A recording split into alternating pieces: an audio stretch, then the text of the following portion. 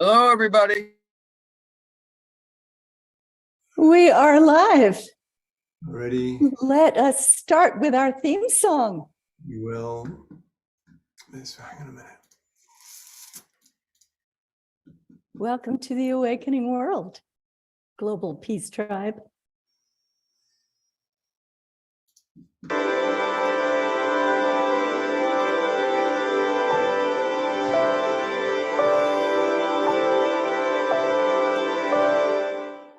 What if I were to suggest that you play a key role in the awakening world?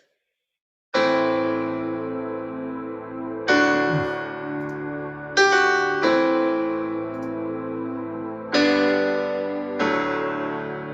that you are watching this because you have heard the call.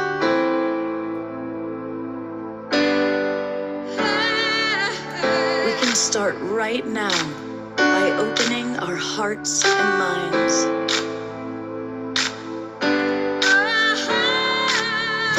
Welcome to the awakening world.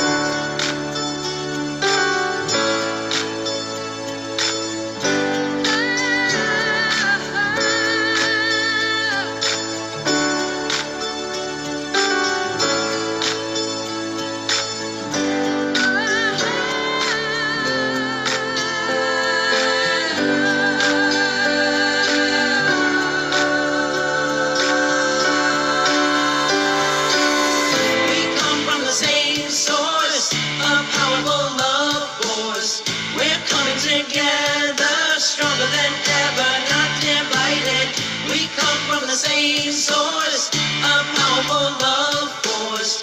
We're coming together, hear the call, you are invited. We come from the same source, a powerful love force. We are a powerful love source. Welcome to the Awakening World. Isn't it exciting to be here together? What are we looking at on the screen? What does it say? Welcome home. I think we need to stop sharing that screen. Okay. Well, there may be some technical glitches this evening because you may have noticed that somebody is missing. For the first time in 3 years, Scott Katamas is otherwise engaged. And we are all stepping in to co-host this evening's show. So I'm Reverend Deborah Moldow. I'm the director of the Evolutionary Leaders of the Source of Synergy Foundation. I probably look familiar to some of you because I've co-hosted with Scott a number of times before, bringing on wonderful visionary members of the Evolutionary Leaders Circle. And our other two hosts tonight who are making this happen are Trish Wright, whom you also know well from many shows that she has co-hosted with Scott. And we have our beloved Omashar, who is a master of all trades. He is a wonderful musician, and he is also handling the tech tonight. So learning a new trade tonight, I tell you. If anyone's seen Scott at the helm, he's like balancing 20 plates at once. And so it's taking 3 of us to substitute for him. Right. So I just want to start by telling you where Scott is. So some of you may know that he has been asked to host and moderate the Illuminate Film Festival, which is happening right now live in Sedona, Arizona. And they were featured last week on the Awakening World. And tonight, Scott is so excited because he is hosting the world premiere of a film, a brand new documentary called Ama's Way, that is about the hugging saint, Amachi. And Amachi's executive director of her worldwide organization has come from India, and Scott is going to be interviewing him this evening. So he said he's going to be in a little room with a computer, and he's hoping he can pop on and join us at some point. But if not, we're going to carry on without him because he is living his mission while we do the show. So welcome everybody, and please do what Scott always asks you to do, which is put in the chat where you're listening from. So if you're here in the Zoom room with us, especially, we welcome you. You are our stalwart members of the Global Peace Tribe who join us live and in person from week to week. And we also welcome all of you who are watching on Facebook, especially on Unify and on all of the more than 100 organizations and individuals who are part of the Sign Network, organized by John and Summerjoy Raymer. So, Trish, did I leave anything out yet besides introducing our fabulous guests? No, I didn't realize that you were going to just do the whole thing. But hey, welcome to the Awakening World, everyone. Some of you know me from the Awakening World Friday nights, or what used to be called Straight Talk. And I'm so excited that I get to support Scott in what he wants to do and in something really sweet for him and something really sweet for the world. The Illuminate Film Festival has been going on for some time, and I'm really excited that he's out there being awesome. If you haven't checked out the pictures, go to his Facebook page and check them out. So again, welcome to the Awakening World, and we've got amazing people on tonight. Now, you're putting it in, like San Diego, California, we've got Colorado, we've got California, we've got El Salvador tonight. And if you're still thinking about where you are, type it in. And if you come in and join us from out there and wherever you might be, you can always come in to our Zoom room, and I'll type that in, or I'll say it in a minute. And again, if you want to register and join in here, you can go to theglobalpeacetribe.com and come into the Zoom room, and you'll also receive a weekly email with the recordings, previous show, and special offerings or announcements. And when they do another retreat in Sedona, which I've heard it was really amazing, so just insane, sign up there. So Reverend Deb, or Rev Deb, take it away about who you've got. Thank you so much, Trish. And thank you for adding in all the details, because you are a veteran here with the Global Peace Tribe. So we appreciate you beyond words. Thank you. And you all know, I think, those of you who know me know how excited I get when I get to introduce members of the Evolutionary Leaders Circle, who, by the way, includes Scott Katamas. So we have a lot of very sparkling visionaries, and many of them are authors. And tonight's show is special for a few reasons. First of all, we have authors of 3 brand new books. I mean, brand new, hot off the presses. Some are available already. Some are still on pre-order because they're that new. So you're going to be hearing about some really cutting edge books that I think you're going to be very excited about. Another thing that I'm really juiced about tonight is the theme. So the theme of tonight's show and this whole weekend of Evolutionary Leaders is calling Team Light as we co-create our future. And one of the authors that we have with us this evening is the one who's responsible for that theme, and that is Laura George of the Oracle Institute and the Peace Pentagon. And Laura George is the author of a brand new book called The Light. It's the 3rd in a trilogy from her, and it is fabulous. It's just fabulous. So I can't wait to give Laura the floor so she can tell you about what her book is about and why this is truly the theme of the show. So I am delighted to welcome Laura. And we also have authors Will Keepin and Cynthia Bricks. They are a couple. That's why you're seeing them together. And their work is on gender reconciliation. And yes, Trish, you may well applaud that. And I know that Laura applauds that too. I love bringing the 3 of you on together because that is a big topic in Laura's book is how we cannot go on to the next level of our evolution as a species without healing this wound between the genders. So we're looking forward to hearing from you. And then we have another evolutionary leader who has a new book out, and that is Bob Atkinson. Bob Atkinson is particularly dear to my heart because he is one of my co-editors on our Evolutionary Leaders book that you've heard me speak about, Our Moment of Choice. But he also has written many books of his own, and he has a new one called A New Story of Wholeness, an experiential guide for connecting the human family. So, wow, we're going to hear about these brand new books tonight. And I want to also introduce another evolutionary leader who is with us. Her name is Dr. Mama Ivy, or Shadia, or Ivy Hilton, whatever name you know her by. She is a voice that brings us to new levels of consciousness. So, Dr. Ivy, we are so excited to have you with us tonight. So thank you so much. And we have two other musicians with us. So we have Lakshmi Del Sesto, who is new to me, and I can't wait to hear her music because Scott just raves about her. And we have Omashar, and we all know how inspired his music is. So look at this wonderful feast we're going to enjoy together this evening. Welcome, everybody. Thank you for being with us. Okay. I left out.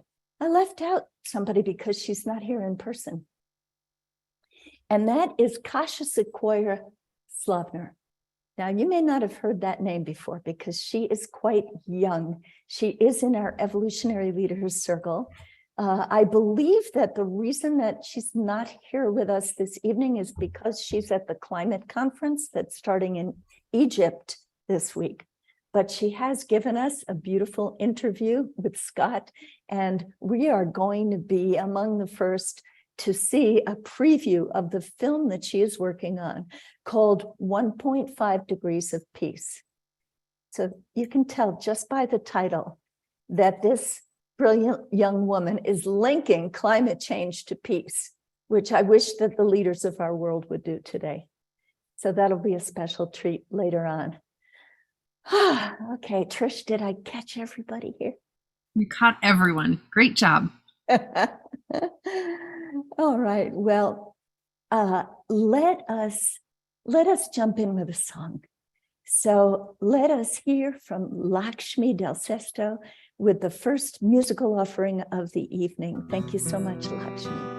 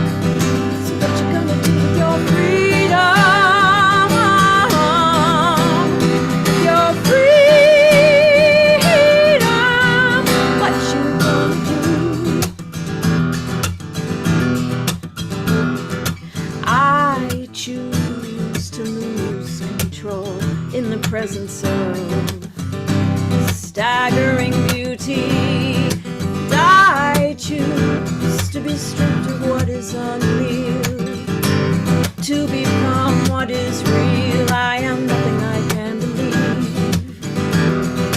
I am a state of living beauty. I am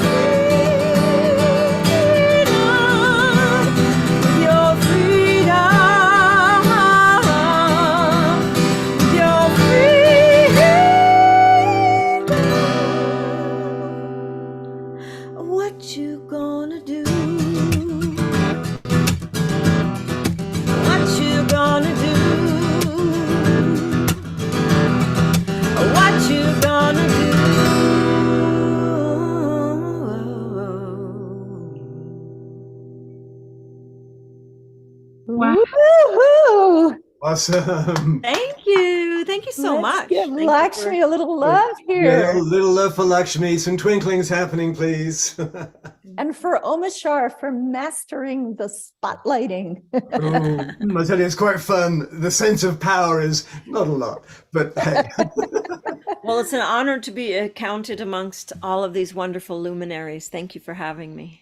Oh, we're Yeah, delighted to have fantastic. you. Thank you so much. Thank you for lifting us all up. What are we going to do with our freedom? Mhm. Now we probably have, every one of us, more freedom than people have had for ever in the history of the human race. Yes. And what are we going to do with it? Global Peace Tribe. I know what I'm doing with it. My freedom and my privilege to make it more available for everyone else. Amen to that. And it sounds like Lakshmi is doing the same with her voice and letting her vibration radiate through the hearts and the ears and the souls of everyone who's watching tonight and everybody else who's knows of you. Maybe we can make that a little bit grander. Would it be time now? Maybe later.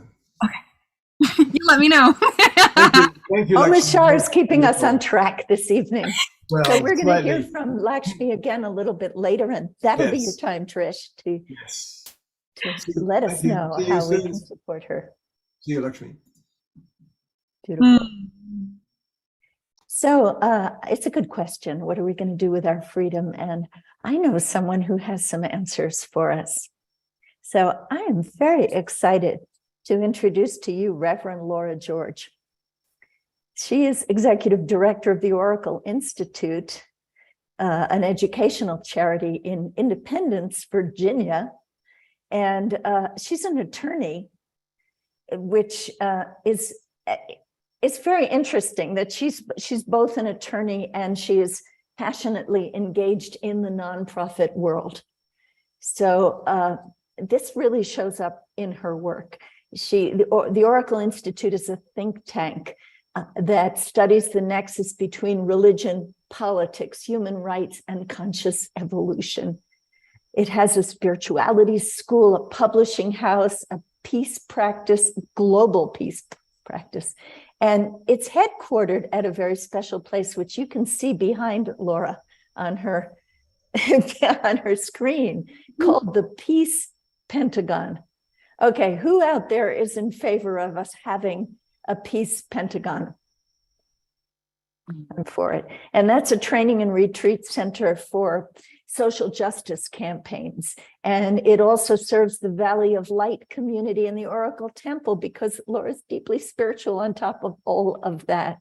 And she has written the Oracle Institute trilogy: The Truth, The Love, and The Light. Now, I, who have an organization called the Garden of Light, was very interested to read The Light as soon as she sent me an advance copy. Thank you, Laura. And all I could say about it was, this is the book I've been waiting for. So let's hear about The Light from Reverend Laura George. Well, good evening, everyone. I am so honored to be here, and I am coming to you from a town called Independence, Virginia, and that is the Peace Pentagon. So Virginia has two Pentagons. Tonight, I do want to talk about the new book because it mirrors the theme. I'm going to share a screen because I've done a presentation that I want to share with you.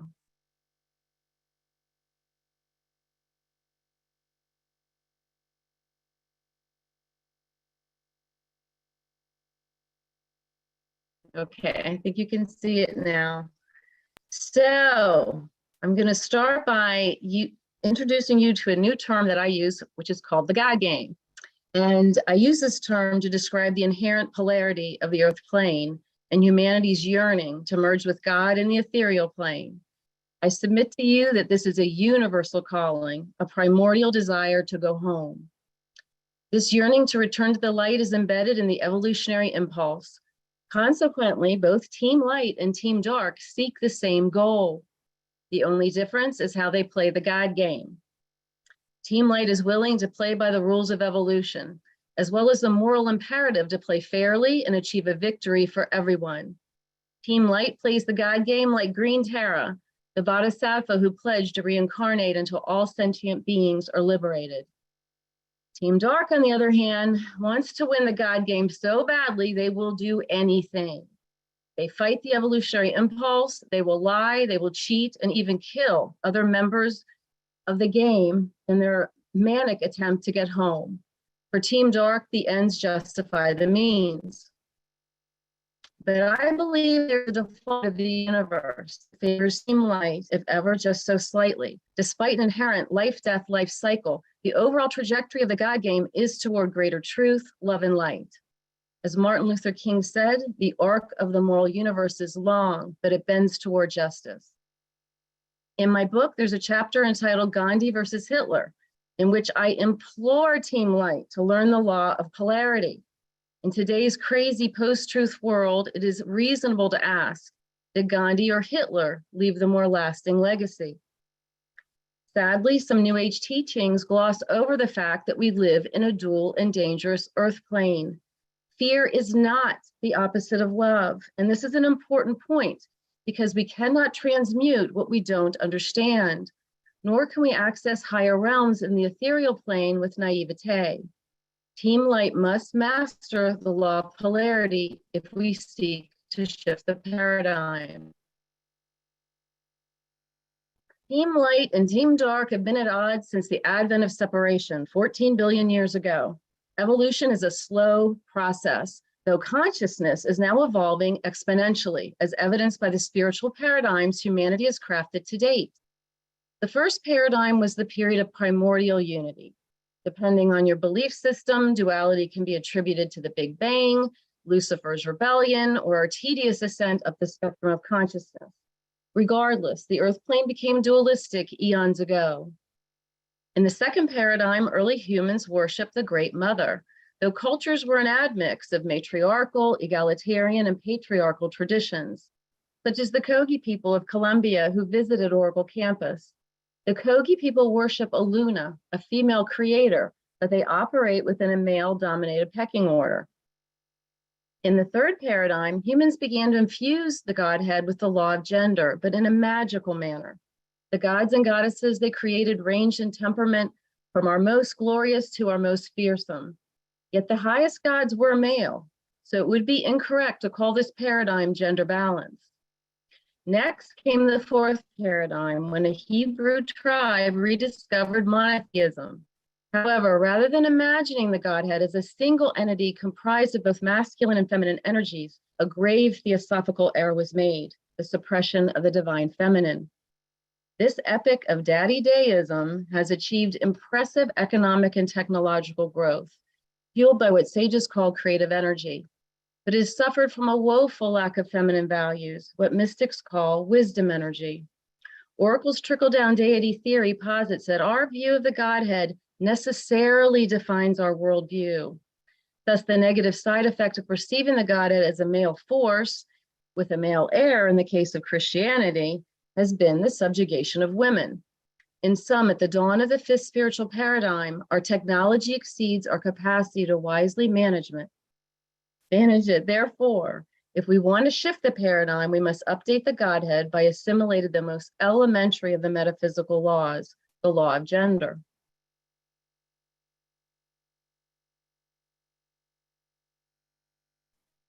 The Oracle spectrum chart shows 9 stages of human development. I call this chart Maslow on steroids because it expands on the highest level of the Maslow pyramid, self-actualization. This newer model, also known as spiral dynamics, has been in use for decades. In fact, I took a class in it in the 1980s at college. This map helps us evaluate ourselves and society. It also helps us understand how close we are to the tipping point into the fifth spiritual paradigm. We don't have time to go into the chart tonight, but there's a chapter devoted to the spectrum of consciousness, as well as integral theory, the more complex model developed by evolutionary leader Ken Wilber. For now, just realize that the earth plane is populated with vast and varied levels of human development. everything from barbarians to Buddhas. Now here's the good news. There are more new humans on the planet than ever before. In the light, I define a new human as someone who has reached stage 6 or second tier in the spectrum of consciousness. People who have a world-centric perspective and value pluralism. New humans express compassion, reverence for Mother Earth, and new concepts of deity that merge science and spirituality. In short, new humans are conscious players in the God game. And if you're watching this show, you're probably a new human. This is a grand achievement, but it comes with responsibilities. It is your job to help old humans overcome their fear of the future and follow the light. Now for the bad news. It's going to be difficult to enter the 5th spiritual paradigm. Why? Because we're living through the tail end of a great cusp, the period of intense chaos that always precedes a major paradigm shift. Great cusps can last thousands, hundreds of years, and they're very dangerous. During the last great cusp, Jesus walked the earth, the Roman Empire collapsed, and humans were thrown in the medieval Dark Ages. There's only one force powerful enough to end a great cusp, and that's a new Godhead. When the paradigm shifts, when the Godhead shifts, so does the paradigm. While Team Light is embracing the future, Team Dark is fearfully retreating. As a result, a God gap emerges. This is the most perilous point of the cycle, the moment we find ourselves in today. Now let's ponder how Team Light can help. This slide shows the nested laws of the universe as taught by the Hermetic tradition. I've been alluding to these laws during the talk, and though we don't have time to review all of them, they are fully examined in the light. The simplest of the laws is the law of gender, and tragically, humans have yet to master even this one, as evidenced by the recent reversal of Roe v. Wade. As the Hermetic text, the Kabbalion explains, gender is in everything. Everything has its masculine and feminine principle. The masculine principle corresponds to the objective conscious mind, and the feminine principle corresponds to the subjective subconscious mind. The I represents the masculine aspect of being, the me, the feminine aspect of becoming. Do you remember the book, Men Are From Mars, Women Are From Venus? The book's most amusing chapters inform us that Martians are logical, practical, and competitive, while Venusians are intuitive, spiritual, and compassionate. While these depictions are dated by today's standards, the Kabbalion validates the creative energy is the masculine principle, while the wisdom energy is attributed to the feminine. In my other preferred path, the Gnostic Kabbalah, the law of gender is explicitly depicted in the Tree of Life. As my former teacher, Tal Malachi, explains, these two pillars represent the eternal play of opposites and dynamic interaction. Evil is imbalanced force.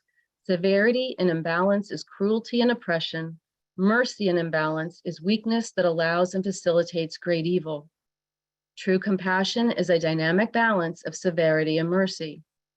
During the 4th paradigm, humans prize the tree of knowledge, science, and innovation over the tree of immortality, purity, and moral virtue. The result is that we've tolerated ethical inconsistencies and spiritual disorientation. In the light, there's a chapter called Entering the Void, which explores the hypothetical models of the earth and ethereal planes. I encourage Team Light to ponder these possibilities, to discern how best to navigate the great cusp and manifest the paradigm shift. New humans also can join the Hollow movement, named in honor of physicist David Bohm, who inspired the merger of science and spirituality. Just as we saw with the metaphysical laws, the physical laws of the universe are also holarchical and interconnected. Holism means that evolution is not random. Rather, it is purposeful, and it encourages greater consciousness and complexity. It also means that the whole is greater than the sum of its parts. The Hollow movement is being mapped right now by the evolutionary leaders. It will be a global movement guided by Team Light and the emergent principles of the 5th spiritual paradigm. In the United States, the Hollow movement will unlock the secret destiny of America, a spellbinding prediction that I update in the Light and the New Human. Lastly, I just want to mention the Women of Faith and Fury campaign sponsored by our esoteric church, Oracle Temple. Since the law of gender is essential to the paradigm shift, we're focused on reproductive rights. We've started an abortion fund to help women in Appalachia where abortion already is banned or heavily restricted. I will close by emphasizing that the Oracle Trilogy provides new humans with a second-tier roadmap for accessing truth, sharing love, and unifying with the light. In addition, the Hollow Movement provides Team Light with a plan for societal success. This plan includes updating the Godhead, ending the Great Cusp, and closing the God Gap. Our goal is to win this round of the God game for everyone on Team Human. It has been my pleasure to be with you. Good night and Omashar. Wow, Laura George. Amazing. Amazing. Everybody listening, I want you to know there will not be a quiz. You just got a taste of the amazing scope of Laura's knowledge, wisdom, and her book, which very clearly explains all of these points. This is a woman who can explain quantum physics in 3 pages, integral theory, all these things you've been wondering about, like what really are they? She just takes and distills so that they are easy to read and you really can grasp what it means to be on Team Light. So Laura, we had 2 very interesting questions in the chat. We only really have about a minute for you to address them, but I wanted to bring them up because it's great that people are asking. So one was, if fear is not the opposite of love, then what is? And the other, very different, is where is gender fluidity in your work? So you want to give us a quick response to those questions? I want to spend more time on the first. So gender fluidity is an indication, again, that the law of gender is actually becoming understood by humans. It's a really good sign. But let us talk about the opposite of love. That would be hate. And the opposite of fear is courage. And the reason this point is so important, and actually the Kabbalion drills this home, is because, again, we cannot transmute what we're not understanding. In other words, in the Gandhi versus Hitler chapter, many people don't know that Gandhi wrote Hitler letters. He was suggesting that Hitler had a higher self and hoped he could reach it. He also suggested to the Jews that they needed to be more passive, and that's how they might make it through the Holocaust. When you're dealing with someone as diabolical, when you're dealing with an enemy of that caliber, you better know what you're dealing with. And these people typically are not afraid. They're not afraid. They tend to be fearless. When we get to the level of dark lords and light masters, there's no fear involved on either Team Light or Team Dark. Anyway, there's a whole chapter on polarity. Actually, there's about 2 chapters on polarity, because this is what Team Light needs to learn. They view it as somehow beneath them. And then this is why we lose contests. This is why we don't compete on an even playing field. I mean, I love what Michelle Obama says, you know, when they go low, we go high. That works when your enemy or your opponent is at least basically moral. So for Gandhi, it worked with the British. But when you're dealing with outright cutthroat opponents, it's a whole different ballgame. Okay, you want to learn more about that? You're going to have to read Laura George's book, The Light. And we're going to hear more about gender from our next guest. But first, we're going to have some music. Thank you so much, Laura. First, I seem to be echoing. Is there any way I can fix that? I don't hear you echoing. I just hear I just hear your beautiful voice singular. Maybe it's just me. Yeah. I hear you. We hear you echoing. Everybody's echoing. Yeah. Okay. All right, so please, everybody make sure and mute if you're not speaking. Yes. And I'm going to just give a this echo is terrible. Omashar, could you mute too for just a moment? Because you have a lot of sound things going on there. Yeah. That took away the echo. Just saying. And it's Omashar that I'm going to introduce now. He is the house musician for the Awakening World. He's an accomplished singer-songwriter and a transformational workshop facilitator. And his music, which he calls, I love this, metaphysical pop, celebrates the connection of all life and the journey we take home to our true self. So I'm going to stop talking so that there's no more echo while we listen to the music of Omashar. Well, namaste, everybody, and let's just take a few deep breaths. I can see we're going for a deep dive tonight, and I loved what Laura said about love and fear not being opposites, because I used to think that they were opposites. Someone would say to me, what is the opposite of fear? I go, well, love, and vice versa. So, but however, as I expand within myself, I realized that this is my perspective, that love is all there is. Love is all there is. Everything else is an interference. And so with that, we'll sing this song. Well, I will sing this song called The Way Things Are from my perspective. Let's see.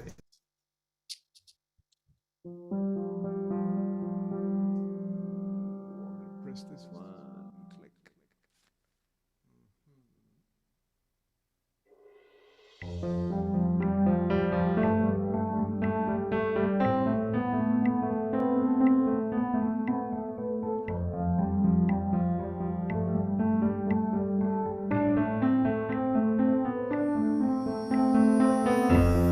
What do you see when you're alone? What do you feel when you are by yourself? How could it be that you are here?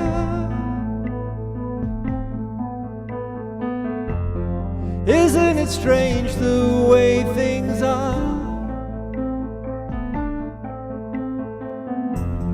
Look at the river flowing by. Look at the colors of the butterfly. How do you feel about your life? Isn't it strange the way things are? Like a dolphin in the ocean, I can hear you calling me. Come on in, you say, the water's fine. I have come to set you free. You have never been alone, my friend. I was just a thought away.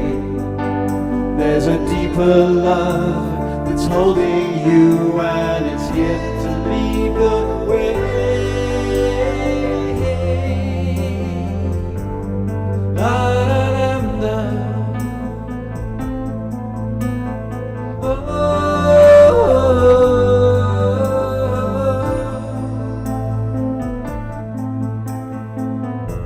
And now that you see you're not alone,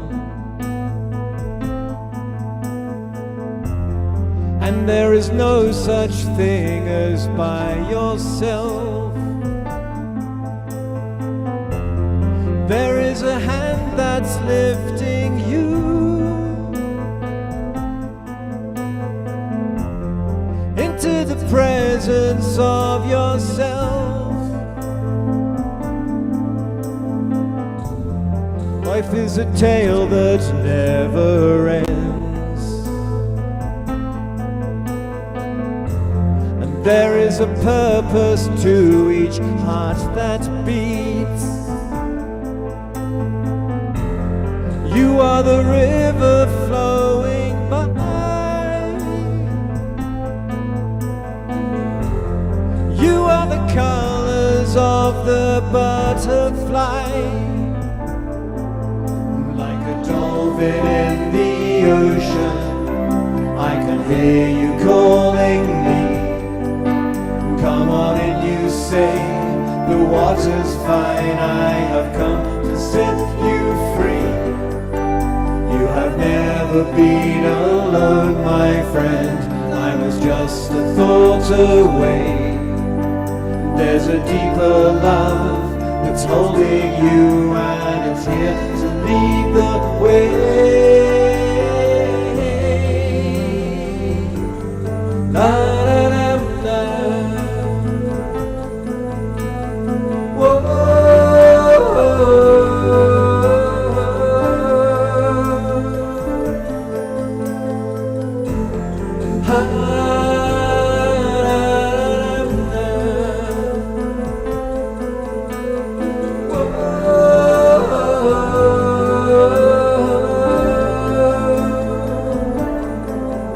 Like a dolphin in the ocean, I can hear you calling me.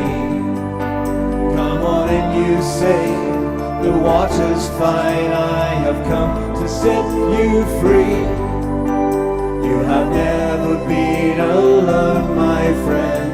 I was just a thought away. There's a deeper love that's holding you, and it's here to lead the way. La, da, da, da.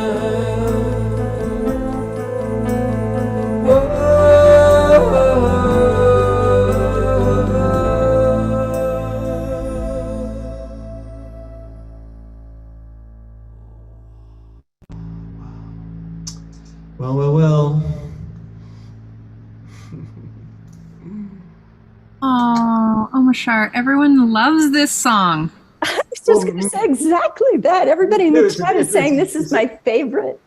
It's a trip because I was could see all these things that I couldn't do because my hands were involved, and I was really wondering what the CC chat was making of my lyrics. I think it's made a pretty interesting mishmash of them. Anyway, thank you so much. No, we love your music and that song particularly, and just the even the thought of the dolphin calling to us. I just It is, that was beautiful. I was actually in Bali when I wrote that song, and I was in a hotel close to the ocean, and I felt this transmission. I was rehearsing for a conference that I was at, a metaphysical conference, and these songs just came and knocked on my head and said, "Write me now." And it felt to me like it was the cetacean influence from the ocean just downloading, and the song came in fully formed with the lyrics just blah. You know, within 10-15 minutes it was out. It was phenomenal. I love those moments. It's like no effort. Well, you're a beautiful channel. Yes. Thank you, Omashar. Yes, Trish, exactly. Cool. So I shall exit stage left. Good. Okay, and I made a mistake. So this is with Scott not here. You have to be patient with us.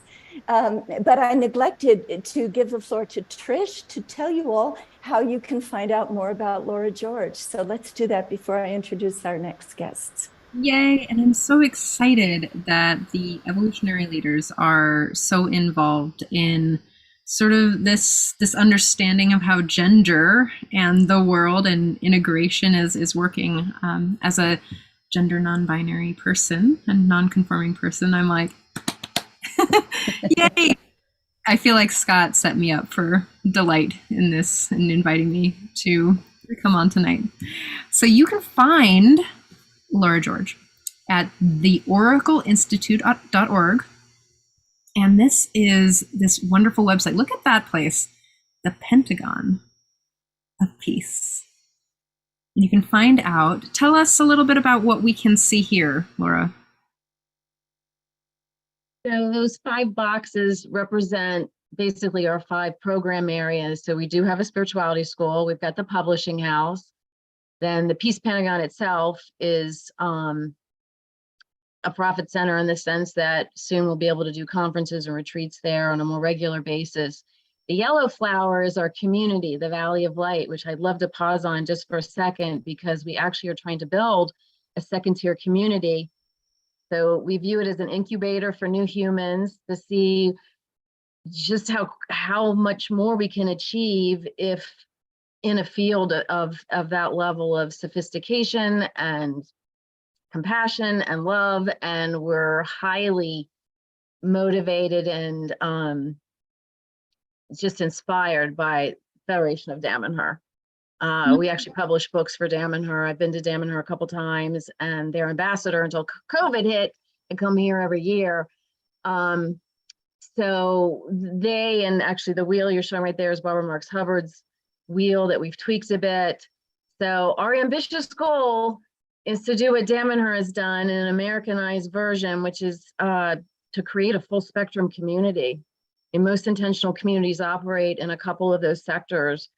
And we would like to build a community that has the same features as a small town, and see what we can co-create. So if you're listening and you're interested in community and you're second tier, please contact us.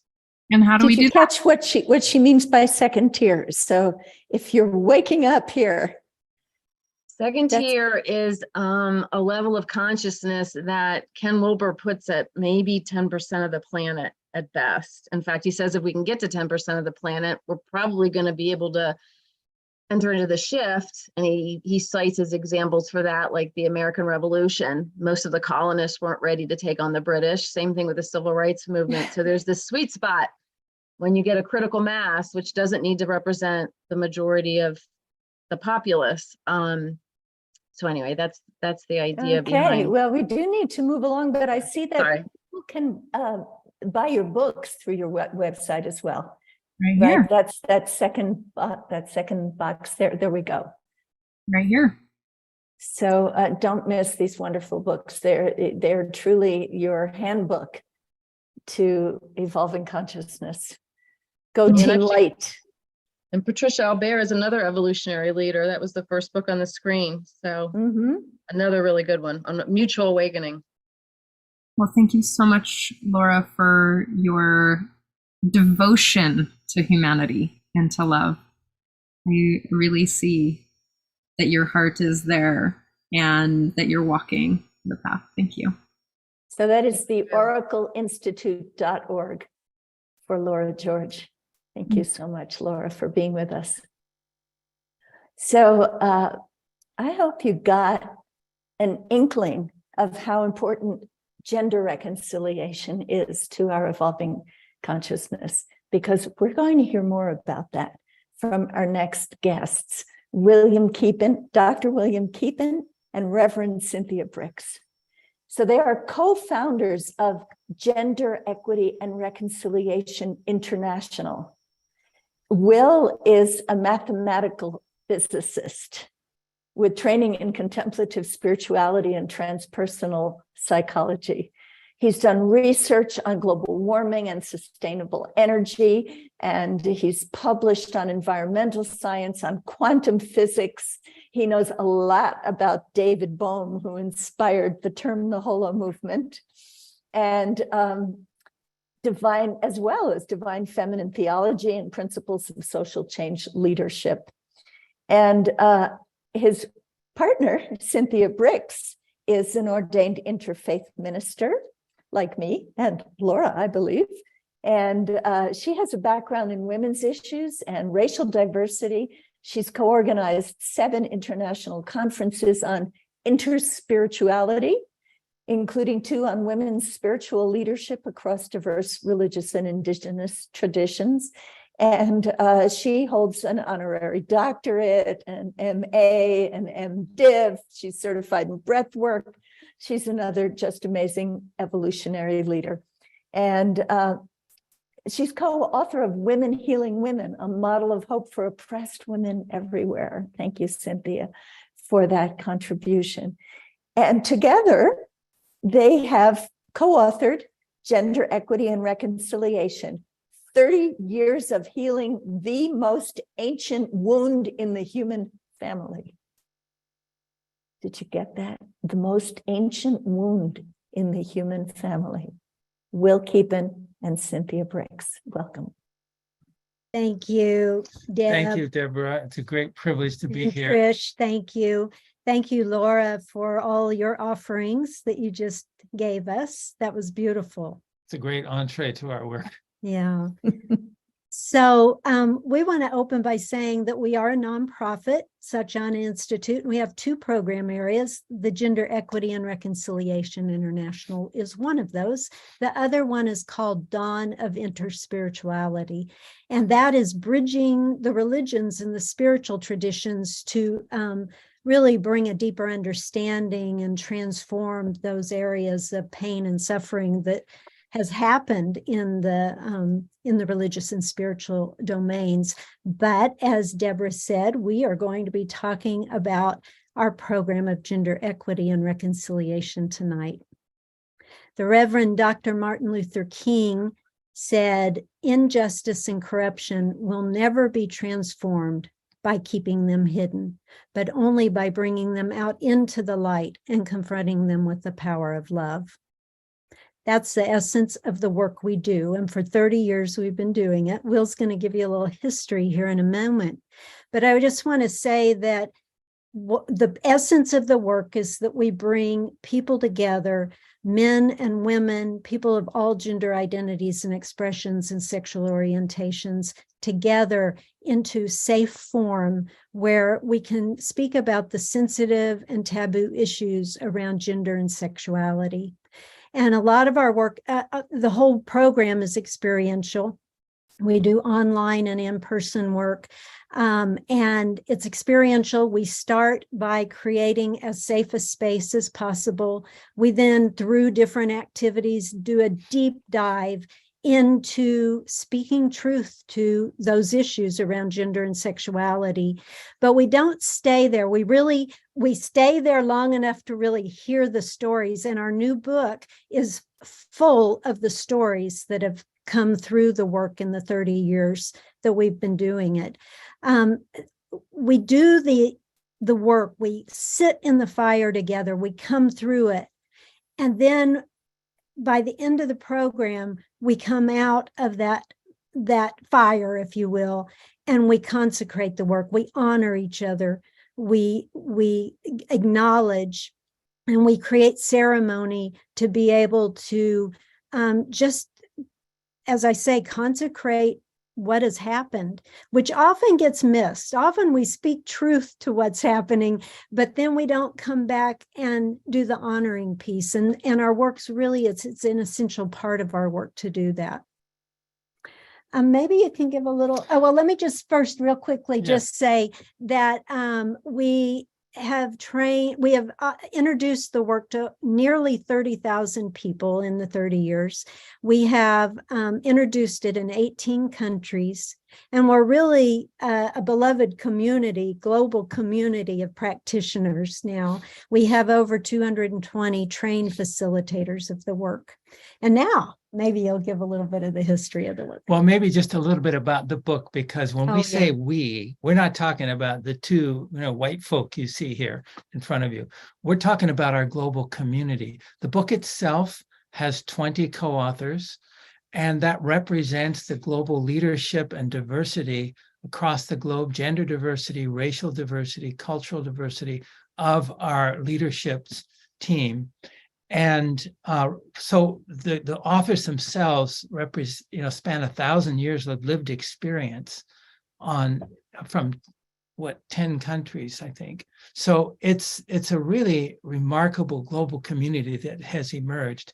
Now, this work began, as Deborah mentioned earlier, I'm an environmental scientist by training. I worked in abating climate change, sustainable energy policy for abating global warming. I worked in that field for 25 years. And back in the late 80s and early 90s, there was a lot of, sexual harassment and Me Too kinds of violations taking place within the environmental movement. So here we were, a movement committed to healing our relationship with the natural environment, but we had this kind of toxic situation taking place in our human ecology, which we couldn't talk about. And so a group of us organized some early events, and we called them Gender and Ecology. Are there parallels between exploitation of the earth and exploitation of the feminine? And that opened up a whole domain that kind of blew away. We were kind of blown away by the power of what we had unleashed. because these initial events were not public events. They were invitational events for colleagues within the environmental movement. But when we created that opportunity for these things to come forward, it sort of overwhelmed our little workshop design. We had little ideas about how it was going to go, and it kind of, the power of it took over. So we spent several years then going back to the drawing board and developing skillful ways of working with these issues. And over time, we found ways to work with it and develop those. And so then we were also deeply inspired by the Truth and Reconciliation Commission in South Africa and the work of Desmond Tutu. And so we felt we need a truth and reconciliation process for gender as well. And so we renamed the work Gender Reconciliation back in the mid-90s, and then later Gender Equity and Reconciliation. And so it's really been a process of going into the deep wound of the gender imbalance that Laura was referring to, and that we all have lived in different ways. We have all been subjected to it. And we go into that. And we do it in different groups and communities depending on the focus. We have 3 program areas. One is called Me Too to We Together. And another one is the LGBTQ Forum Healing Program. And then the third one is the BIPOC, the Black, Indigenous, and People of Color Program. And we found that we address different aspects of the gender challenge and healing skillfully by working in these separate communities. And then we also have events where we all come together. We also come together online. We just did a conference, which was the Jerry Summit Conference, with a vision of a gender-healed world by 2050, because all of the forces that are now emerging create the possibility of actually reaching a tipping point and getting beyond this profound challenge that, as Laura George said, has been a central challenge for humanity for thousands of years. And we really feel the possibility of healing this. Just to give you a couple of examples of stories, there's so many, and the book is full of stories, and the book is organized in 5 sections. And it basically has a whole section devoted to this work in different sectors of the economy and in the United Nations and in the corporate sector and religions, so different forms. And then we have sections of the book on the work in different countries and continents. So it's a very comprehensive book because it's documenting a 30-year project. But just as one kind of example, in South Africa, we were doing a program there, and there was a very powerful moment where in the course of the work, there was a very powerful rape story that was told, first person, from someone who was processing her rape, preparing to face, go to court and face her rapist in court. And at the end of that moment, one of the men, there was just pin drop silence in the room. And then one of the men said, "I don't know how to be a man anymore. I feel traumatized." And we worked with him and helped him to understand the reason he felt traumatized was because his heart had opened to the pain of this woman, and he was now carrying part of her pain in his own heart. And that's a critical principle of our work, that when we experience the pain of the other as our own pain, then our hearts become transformed and intricately connected in that intimate union of hearts. And so that is a principle that happens in this work. And in his case, it was a life-changing moment for him. A year later, he joined our training and did our whole facilitator training, and then became one of our facilitators of this work in Soweto, in one of the townships in South Africa.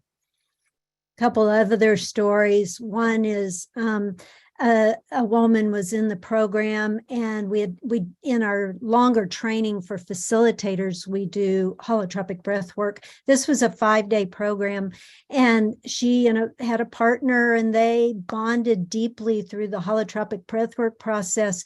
And then we went into an activity where, it's like fishbowl, outer circle and silence, inner circle sharing, and the moving in and out of that inner circle. And she moved in, and she shared that she was lesbian. And then her breathwork partner stepped in. He was a man, and he looked at her and he said, "If I had known that you were lesbian, Just 2 days ago, when this program started, I would have never talked with you. I would have never been your friend. But because we went through the deep process of connection through breath work and the other activities, I now cannot not be your friend. I have to be your friend. So it's that unity, that coming together. Another story real quickly is one, I've changed her name to Elena. She came to the program and she was so excited to be there. And when she first started sharing, she shared her story, although we didn't know it was her story, in third person.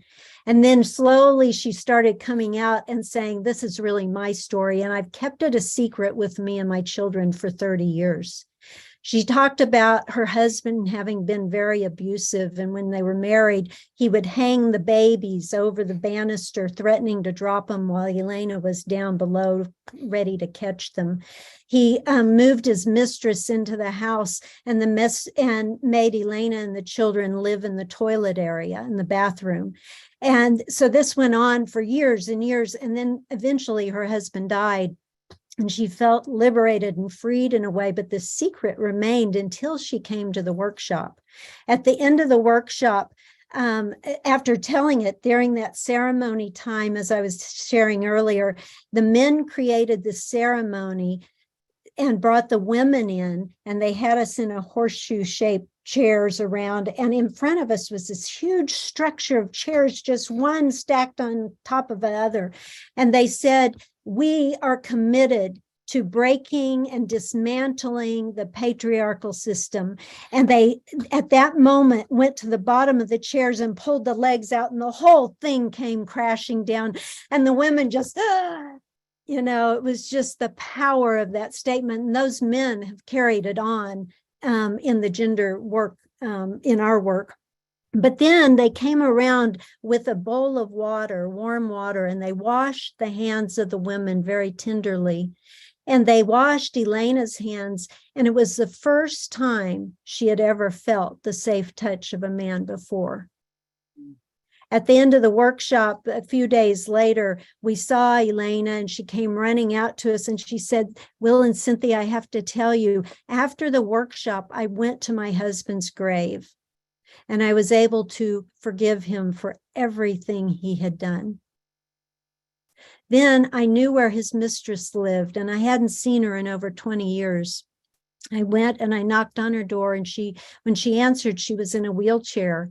And she said, Elena, I've been thinking about you all week long. And she invited her in, and she said, I think I'm in this wheelchair for all the things I did, the terrible things I did to you and your children. And they were able to reconcile. They were able to forgive.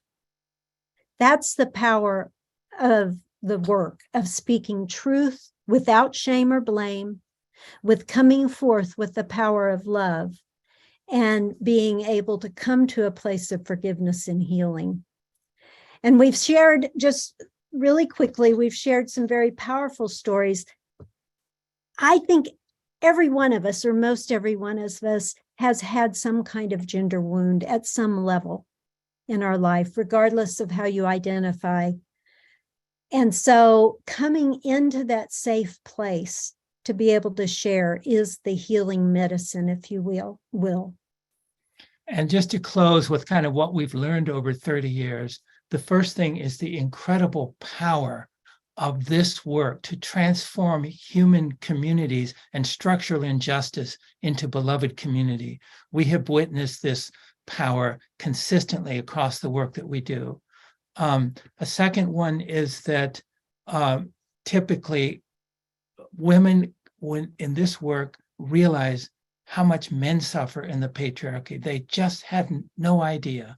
That's a common theme we hear all the time. And men realize the magnitude of suffering that women go through. They kind of know vaguely the statistics, but in this work, their eyes are open to another whole level. And heterosexual people learn of the incredible pain that LGBTQ people go through. And we have profound healing. We have a new program that's been developed in the last couple of years, working with healing between queer and straight believers. in faith communities, in churches that are divided in that way. So we really see the power, the alchemical transformative power of this work. As we often hear people say, this experience has opened my heart in ways I didn't even know it was closed.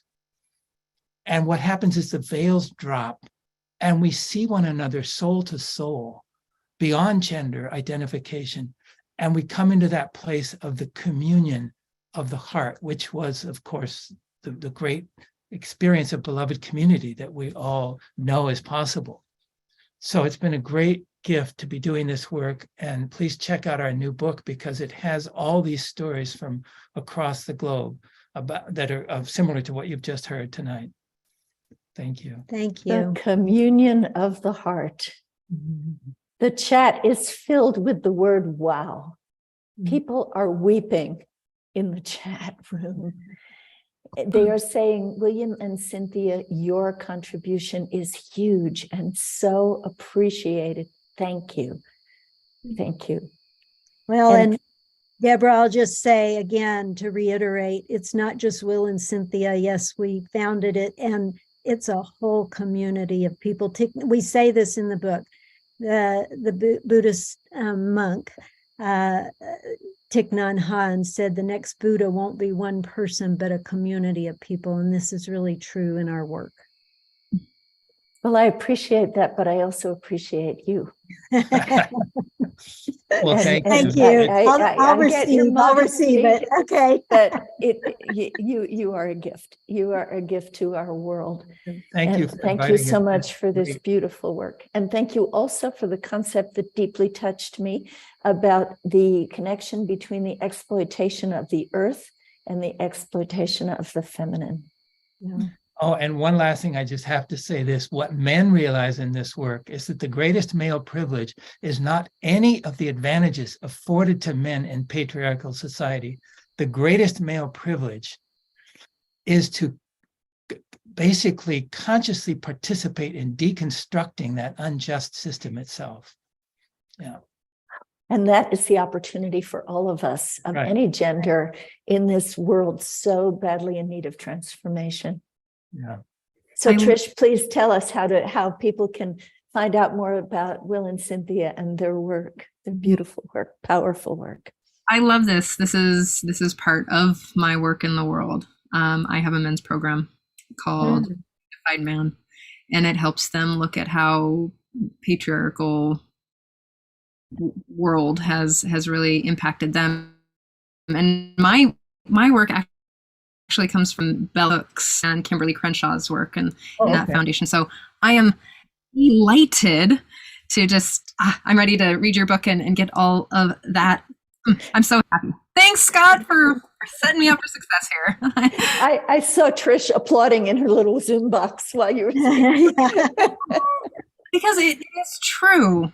You know, some of the harms that we haven't even known that we've been participating in is the construction of gender, race, class, different hierarchies of humanity. I'm writing an anthropology of codependency right now, and that's part of my work in the world is kind of looking at 4,000 years back and walking it forward. And it touches gender, every identity, marriage, race, class. It touches everything. So that's so I'm so excited.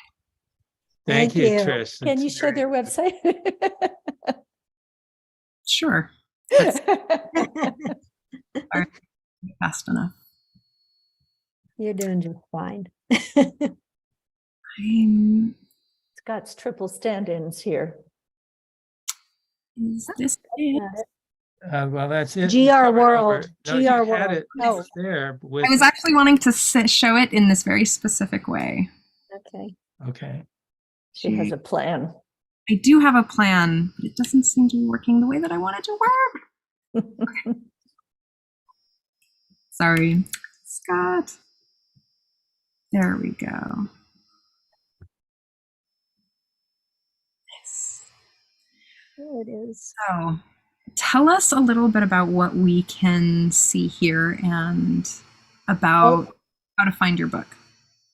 Well, right there, you could click on the link for the book. But before you do that, I just want to say, when this website was designed last year, they kept trying to give us stock photos, and we said, no, we need the real people. So every photo on this website are people who are participating in the work. We have so many thousands of photos. The last thing we needed was stock photos. Here's our leadership team. Some Part of them. of them, yeah. Some of the authors. Beautiful. I love that you focus on people's real life experience, because I think that's what really humanizes people. Empathy, teaching people empathy. Yeah, and we have bilingual programs. We have programs in Latin America, in Spain, in Spanish, and also in Hindi, and soon to be in Swahili. So we're moving out there. Oh, and Korean also. Look at that. In the chat, someone is saying, my heart is overflowing and my eyes full of tears. What powerful work. Their book here. You just click from this That's little, right. Click on there. and it sends you to here, and you can find Gender Equity and Reconciliation, 30 Years of Healing the Most Ancient Wound in the Human History. This looks amazing. I'm so excited to read it. Thank you. Thank you so much. Thank you, everyone so in the much. community. Thank We you really for being appreciate here. This opportunity. Thank you for inviting us. A great joy to be part of this experience. And Thank you for opening our hearts with your amazing work. Thank you, Deborah. Thank you, Trish. Thank all of you. Thank you, Scott. Everyone, we have a lot more tonight. We are full of special treats tonight. So before we go any further with our next author, I want to bring on evolutionary leader, Dr. Mama Ivy. She's going to do a sound healing for us later. And if you have never experienced that, you do not want to miss it. But I wanted to give Dr. Ivy an opportunity to comment on what she's heard so far from her fellow evolutionary leaders. So would you like to speak to us for a few minutes? Let's see if we can hear you. You're on mute right now, so we're not Okay, I think he's there. taking You go. Okay. Yay! Hello. Wow, this has really been a powerful moment together. And I'm very, very grateful from Om Shanti Village here in Centerville, Virginia, going live. So I'm just wondering if you want to just go right into the music, or how do you want to do it? Well, we're going to have an opportunity to hear your music later. Okay. I just wanted to know if there was anything that you'd like to say, to comment on what you've heard from Laura George, from Will Keepin and Cynthia Bricks, or anything on this topic of Team Light. Well, I will tell you this, that I have been following the light ever since I was a little child. And it really sparked those memories for me when I was listening. And then I was listening to the whole idea of healing harm and pain.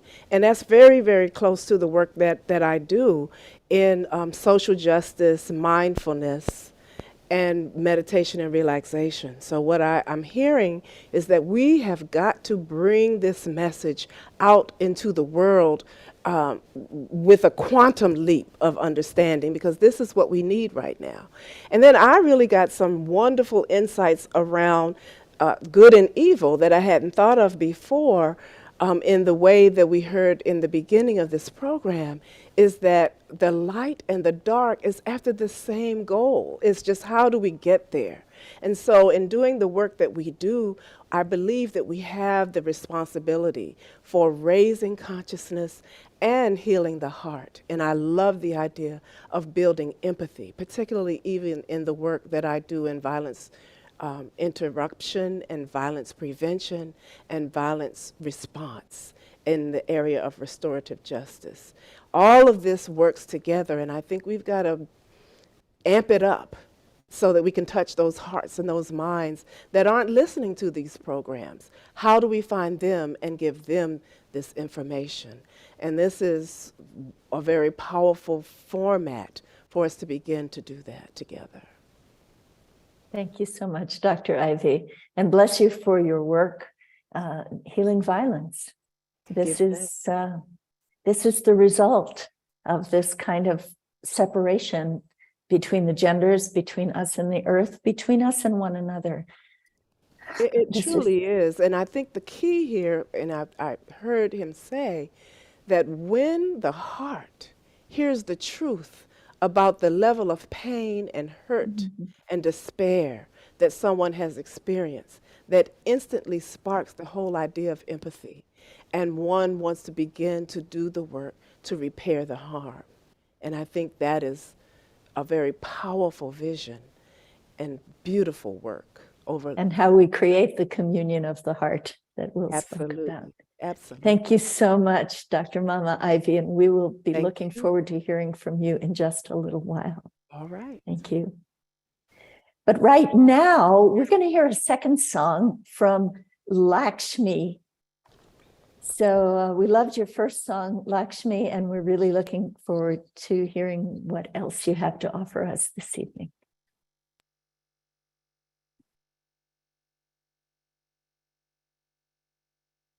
I cannot see Lakshmi. What's she done? How is everybody doing? What beautiful, powerful stuff we're getting to be a part of tonight. We see her, Omashar. Oh, there. Mr. Technology. Can you hear me? Yeah, yes, no, we've got you off. now. That was why I couldn't find it because the camera was off. Yes, we can hear you, Lakshmi, and we're ready for you. Awesome. There we go. Yeah. Well, this is a more contemplative song, so I hope you enjoy.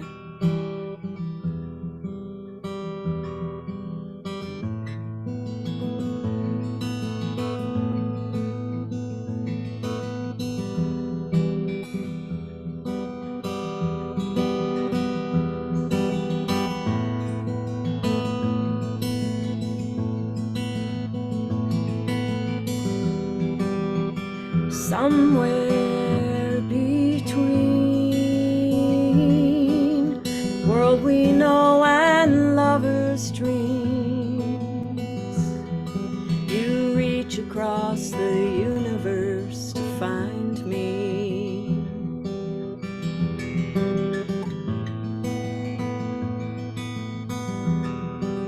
Spiral galaxies entwine, weaving world where light beings know their own kind. The mysteries of the dark whisper their songs, and we sing along.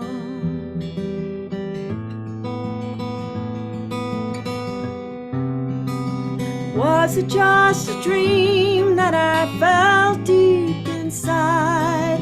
Just a passing grace that the dark did provide, a memory to remind me of how love comes when mountains bow to oceans and the rivers run. Wild and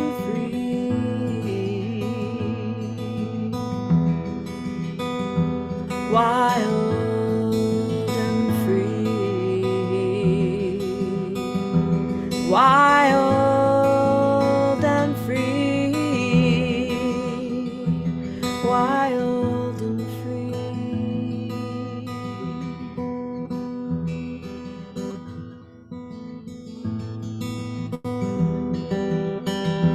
Luscious forest,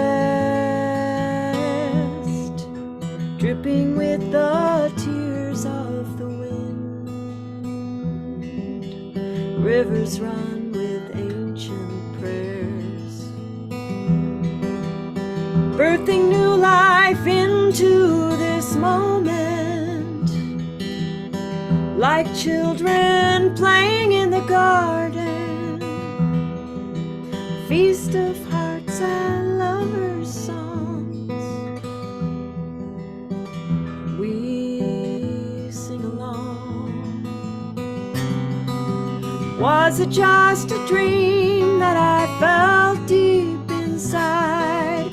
just a passing grace that the dark did provide, a memory to remind me of how love comes when mountains bow to oceans and the jaguars run.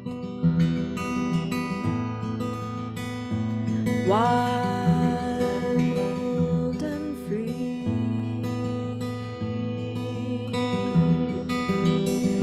wild and free.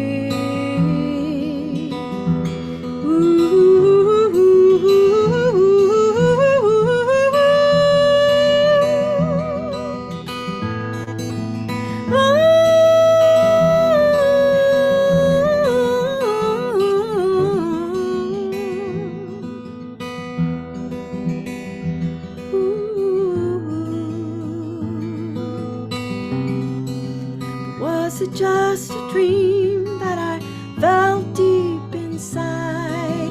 Just a passing grace that the dark did provide, a memory to remind me of how love comes when mountains bow to oceans and the whales run.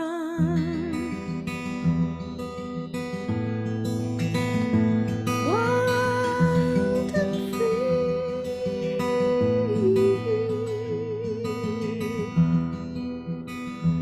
wild and free.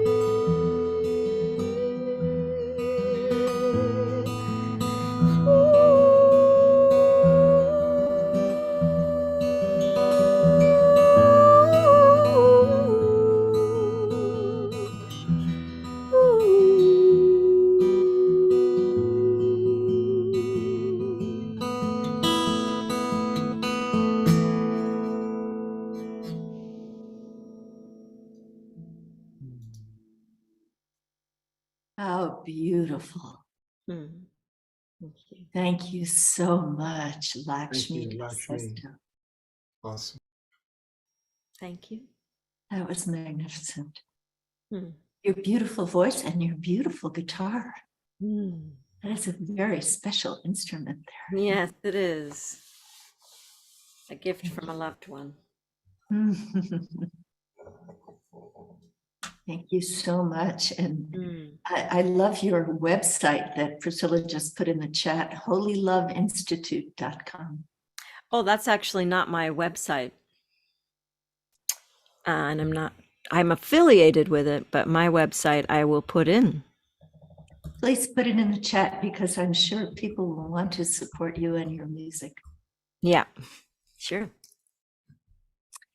And we needed that because we've had so much deep information tonight. And your lovely sounds allow us to take it all in, to receive it. Yeah. And to process it through your music. The power of music, yeah. Power of music. Thank you, Lakshmi. Sure. Thank you for having me. All right. Is now the time to show her website? It is. And here we have lakshmimusic.net. Yes, thank you. Tell me a little bit more about a new class on what? Yeah, so I'm a woman of many hats. So I've been a wonderful performing musician for many, many years, 20 years.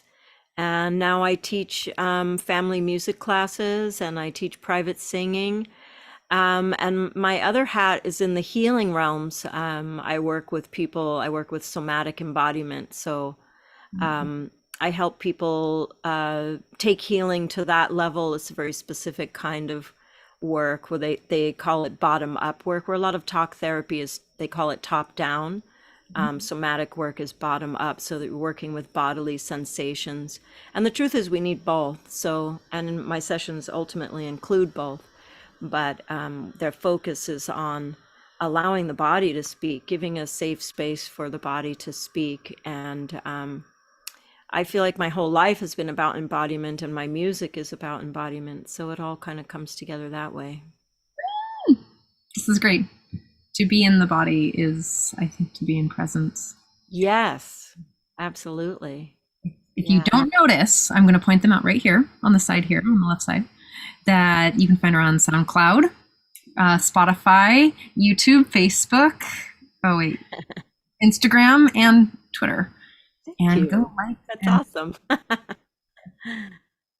As a creator, I understand that it's important to build a following, because if you go say, I like this person, then someone else who doesn't even know you or will go follow any of these evolutionary leaders here. Yeah. It really helps them reach a larger community. And this is how we evolve and grow. Yeah, So, thank you so much, Trish. I really appreciate that. That was very kind. Thank you for supporting me that way. we're in it together. Yeah, indeed. Thank you so much for being with us this evening. Whoops. My deep Not pleasure. plugged in. Oh, we can hear you though. Good, good, good. All right. Thank you, Lakshmi. We really appreciate it. Beautiful sounds. Thank you. So it's time for us to move on to the final author whom we'll hear from this evening.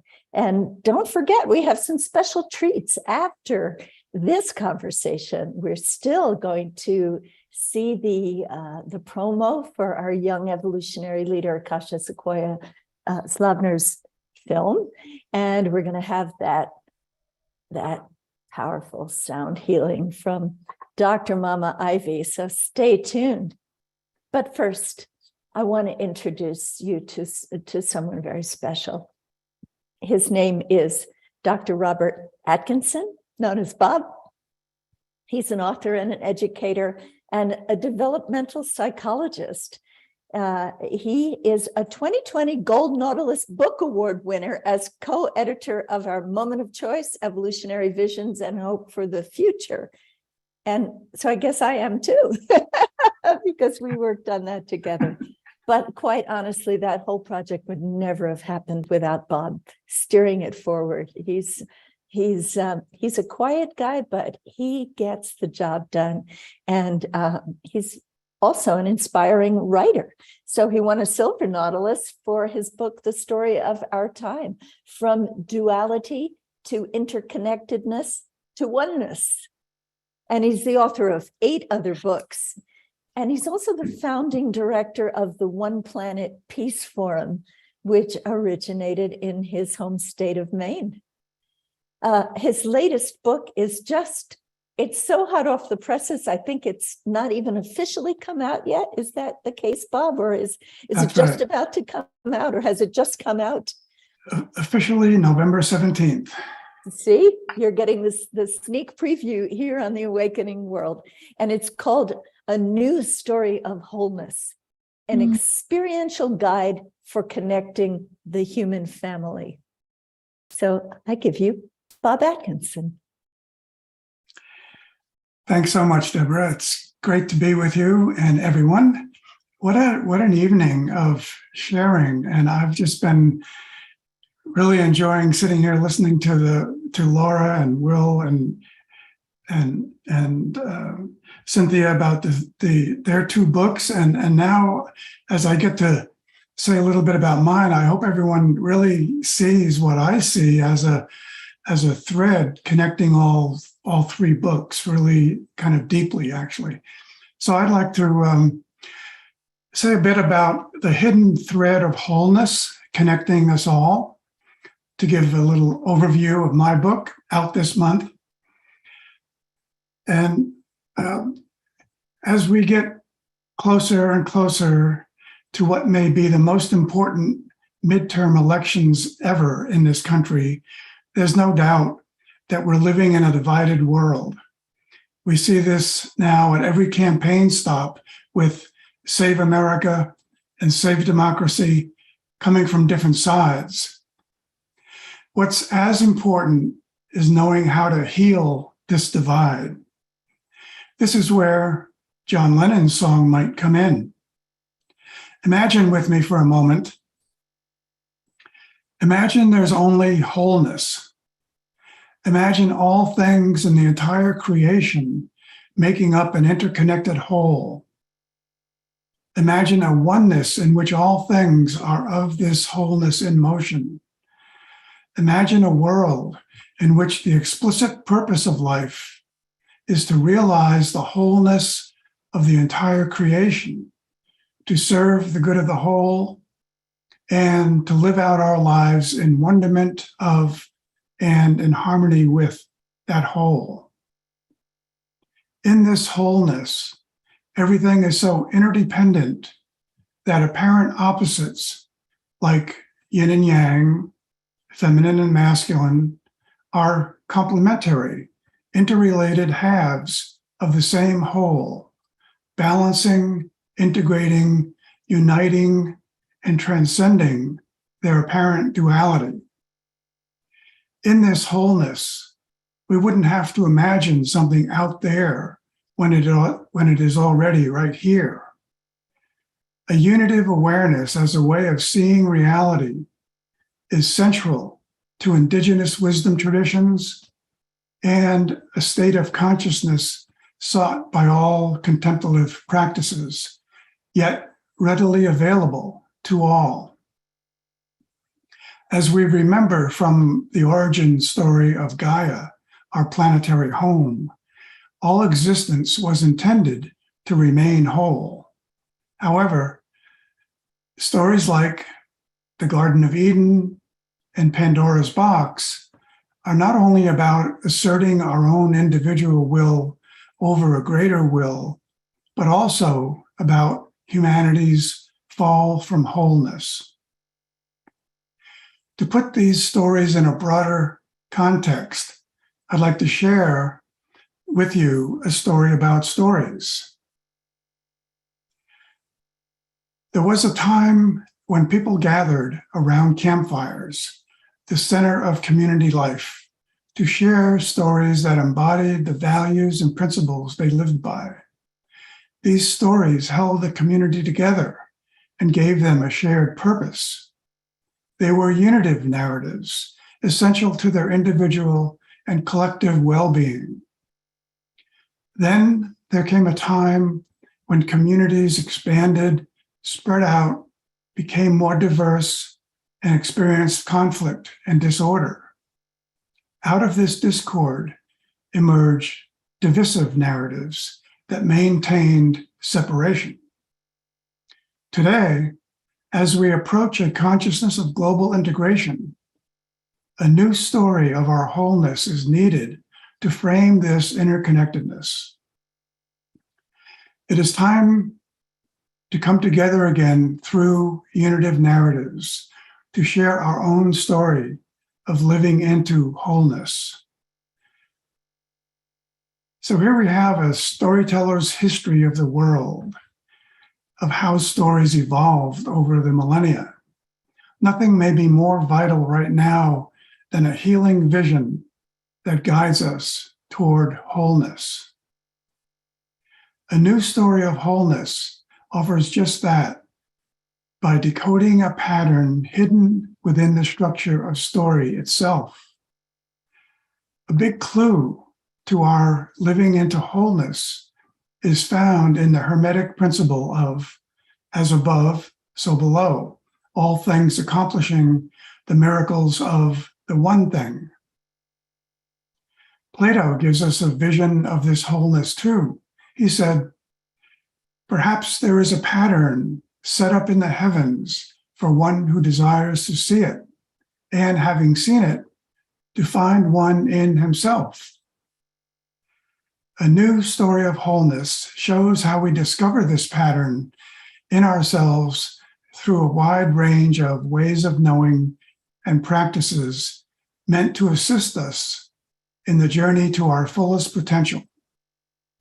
This hidden thread of wholeness connecting us all is much clearer in mythology, mysticism, ritual, and psychology. In mythology, this pattern is seen as a journey of departure, initiation, and return. In mysticism, It is a process of awakening, purification, and union. In ritual, it is separation, transition, and incorporation. And in psychology, it takes in the stages of birth of the ego, death of the ego, and birth of the whole self.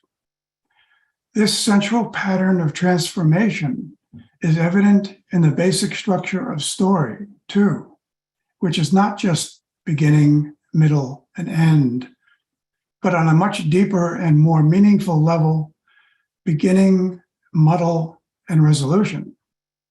It is the muddle or the challenges we face that is the core of the pattern that brings the process of transformation to its completion or resolution. When we merge all these ways of knowing or practices into one, we come up with a blueprint for living into wholeness, consisting of three main parts, which I refer to in A New Story of Wholeness as call to wholeness, path of purification, and return to wholeness. This pattern is part of our archetypal DNA. It guides our evolving consciousness, transforms our lives, keeps our focus on the wholeness of all things, and keeps humanity on its evolutionary path.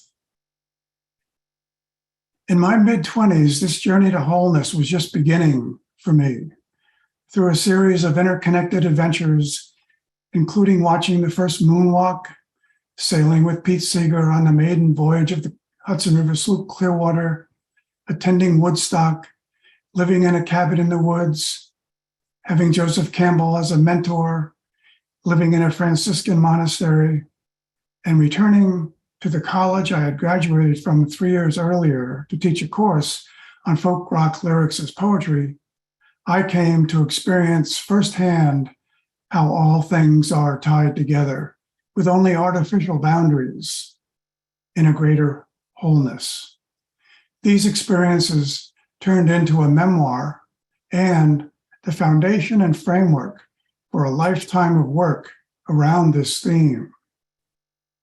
A New Story of Wholeness brings all the paths to wholeness back together as one and provides the context, framework, and all the reflective writing exercises needed for telling our stories of wholeness.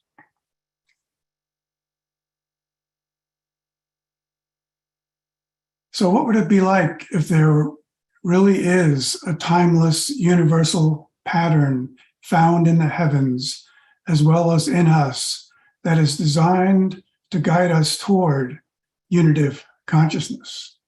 How would that change the way we live our lives? Well, everything would change.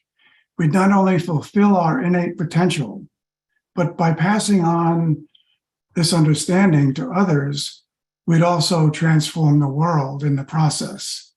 This universal pattern is a roadmap for achieving the greatest expansion of consciousness that is humanly possible. If this roadmap was followed, we'd experience an inner journey that unites us all.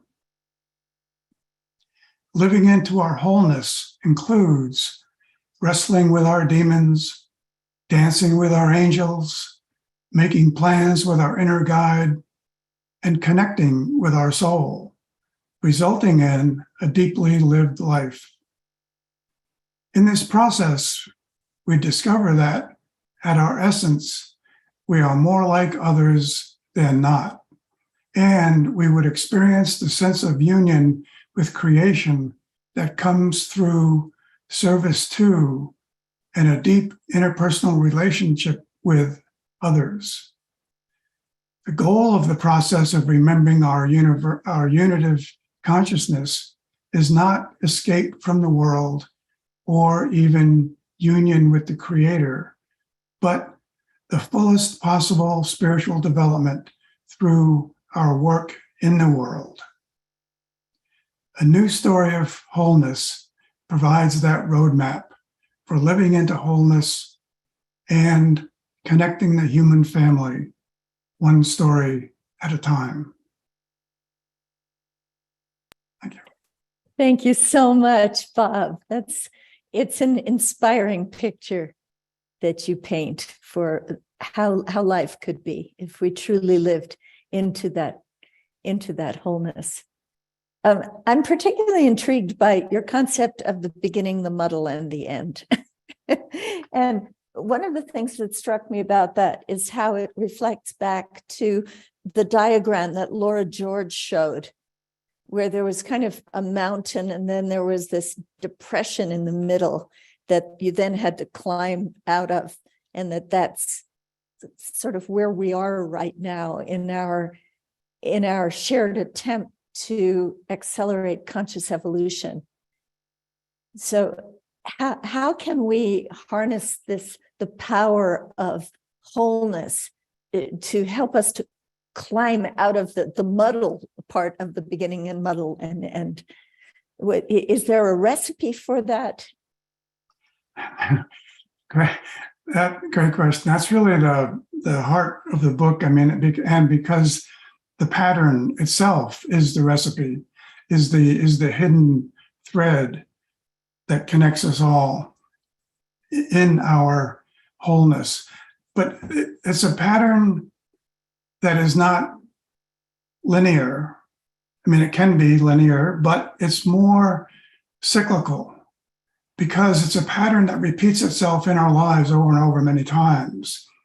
Usually the first time we experience that pattern in our lives is the biggest, most important experience of that, because then we become familiar with its purpose that it has for us, which is basically, again, it's a pattern and a process that takes us through our own transformation.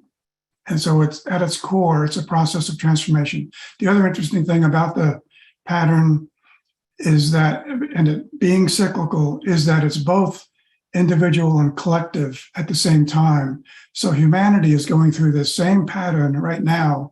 And as everybody can probably tell and feels deeply, humanity is in its own muddle as well right now.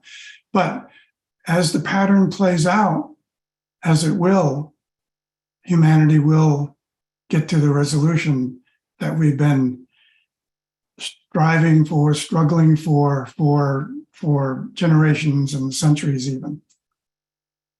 Thank you so much, Bob. We're going to just take a moment to say goodbye to Will and Cynthia, who need to sign off right now. I apologize if the show is going a little bit long, but it's because you're all so brilliant and wonderful that we want to hear every word from all of you. Yeah, So Bob, thank you so we're much. sorry to interrupt. We really appreciated your presentation and Laura's presentation. And we just have another commitment that we have to get to, but really great joy to be with you all tonight. Thank you. Thank you for inviting us. Thank you, Deb. Thank you, Trish. Thank you, Omashar. Thank you all. This has been just wonderful. It's our pleasure. Thank you. Have a good night. All good Okay. wishes to everyone. Bye for now. And blessings in your work. Thank you. Blessings on all of you. Thank you. And Bob, we have a wonderful comment in the chat for you that when words of truth fall like nourishing rain upon the parched human spirit and aching human heart. Thank you for so beautifully articulating the dissolution of polarity. So that is, in fact, what you're doing. And you're giving us a new story to write together of how humanity can reconnect with the oneness that, you know, I'm often struck by indigenous people's words for their own tribe is usually the people. Like there's never any idea that there's anybody outside of the people. Right, no separation there. Yeah. So thank you so much. And someone else said, what a very needed and appreciated work. And someone said, I could listen to Bob for hours. Thank you. So thank you so much, Bob, for being with us this evening and for sharing the sneak peek into your book. And Trish, can you tell us how we can find out more about it? Yeah. By the way, Bob's book has a gorgeous cover. So I hope you get to see that. This is where you can find Robert Atkinson, ATKINSON.net. And you can find you can X out that thing on the right there if you want to. Well, I'm going to sign up because Sorry. I will do that. But you can find, look at it. This is what she was talking about. Like, look how beautiful this book is. Isn't it? Oh, we know that book. Yeah. I'm going to put that link in the chat as well. A New Story of Wholeness, an experiential guide for connecting to the human family. The thing that I was mostly struck by your share, Robert, is just how we are in that time, and we get to choose to weave ourselves into unity. You didn't use those exact words, but I really appreciate this work, and I'm so excited to get your book. Thank you. And it's interesting. We have a comment that says, I feel the pattern as being in a spiral, moving inwards and moving outwards. And if you can show the book cover again, yeah. I think that person really got the message. Yeah. So there is that spiral moving in and out. Can you talk to us a little bit about what we're seeing on your website? Well, the top slider thing is just my most recent books, and right below it is the description that you have already heard pretty much just now. Those are the main books. Each one has its own page, and my bio and the Oneness Pledge that anyone can still take, and a blog that's relatively active. Just a lot of information about me, and down further, if you want to scroll down a bit, it has links to some of the other things that I'm doing that Deborah mentioned. And that's from the Story of Our Time. You got to get to the One Planet Peace Forum as Yeah, well. at the very bottom. Yeah, there's a link to One Planet Peace Forum at the bottom, and also a link to Story Commons. Is this right here? Just up a little bit. Yeah, right there. Those the three in a line there. Those are the links to the other two sites. Anyone can down, Trish. Sorry, I'm not down to the three. Okay, boxes. got it. Yeah, there right we there. go. I see One Planet Peace Forum. Got it. Yes. Yeah, isn't that a beautiful name for an event? So everybody, robertatkinson.com for all of this beautiful information. No, I'm sorry, .net. You are not a commercial kind of a guy. You are definitely a networker, Bob. Thank you so much for being with us this evening. Thank you. And thank you, Trish, for showing off our evolutionary leaders. So 2 more experiences for all of you this evening. We are now going to hear a pre-recorded interview with one of our youngest evolutionary leaders, Kasia Sequoia Slavner. She is a Gen Z multi-award-winning documentary filmmaker who comes to the profession as a seasoned photographer, public speaker, entrepreneur, and social justice advocate for over a decade. At 15, she founded the Global Sunrise Project, a social impact media hub. And her first feature documentary, called The Sunrise Storyteller, screened internationally at, get this, 60 film festivals and won 30 awards at 15, right? Including the Ron Kovic Peace Prize and the Eva Haller Women Transforming Media Award. Currently, she's in production for a film called 1.5 Degrees of Peace, and that's what she's going to tell us about tonight. So fire it up, Omashar. We get to see your tech skills as you bring us the interview with Scott Katamas and Kasia Sequoia Slavner.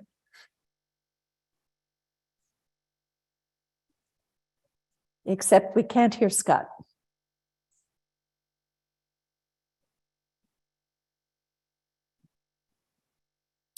That pesky Zoom. It's, to be on the back end, there's a lot of buttons to push and a lot of things to track while you're here. So just see if we can hear this, all right? Mm-hmm. Joy it is to be with yes. who's coming to us from Toronto. Now can we see it and hear it at the same time? You represent Through the magic of Zoom? You have so much grace, and we are so patient with you, Omashar. Thank you. I love myself. Joy it is to be with Kasha, who's coming to us from Toronto.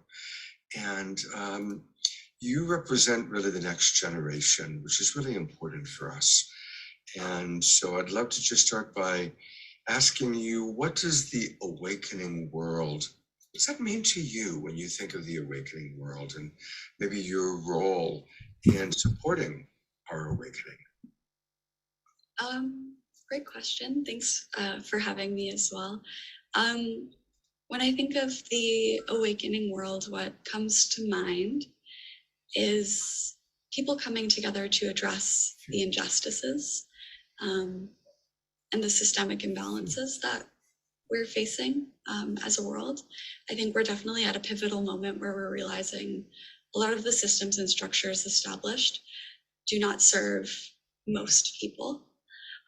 And so striving to create a world that is equitable and fair and healthy and conditions that allow for everybody to thrive is what I think of. Beautiful. And how long have you been tapped in that way? How long have you been really, like all your life, or was there a particular turning point?